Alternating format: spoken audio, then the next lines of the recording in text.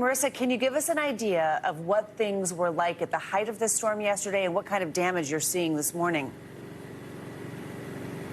Hey guys, so I can tell you right now that it is going to take some time. When the sun comes up, I think we're going to learn that this is a whole lot worse than we can tell right now. And a lot of what we're learning, by the way, of course, is through social media videos, including coming from Steinhatchee. And so I'm going to get to that in just a moment. But let me talk to you about what I can see right now behind me. So we're in downtown Tampa.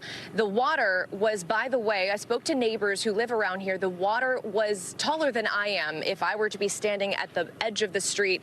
What you can see is the water hasn't fully receded. You can see the reflection of the stop sign over there. But I want to take you to video of what we're getting overnight. We are seeing water rescues happening as we speak, and this is across the region. We know that this is happening in places like Pinellas County, that is a peninsula. We know that many people have had fires. We know that fire and rescue has responded to homes on fire. That is because they did not turn off their electric or gas lines before their homes flooded. This is something that authorities were asking people to do.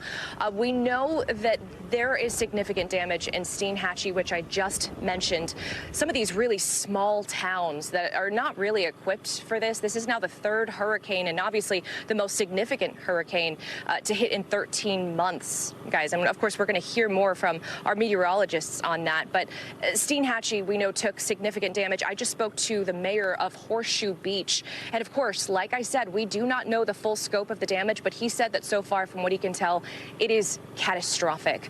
And so it is sobering right now to hear that before the sun has even come up. And of course, we're still waiting to find out the full scope of it as Helene continues to work its way up through the states here. We know that there are water rescues happening in Georgia. We know there are fatalities, at least 4 confirmed. There was a sign that fell on a car here in Tampa. There were a tree that fell on a firefighter's car in Georgia. 2 other fatalities as a result of a tornado. And unfortunately, I'm told from several different authorities, they do believe that there will be more. But I will point something out. Among those rescues, there's an incredible image just off the coast of Sanibel Island. I want to take you to what we saw, a selfie of a man and his dog. His sailboat had sunk just 25 miles off of Sanibel Island. You see that image in the background behind him. That is the U.S. Coast Guard chopper coming in to rescue him. So, guys, in terms of what we're learning, I will say that so many of the people that I spoke to yesterday who said that they were not evacuating,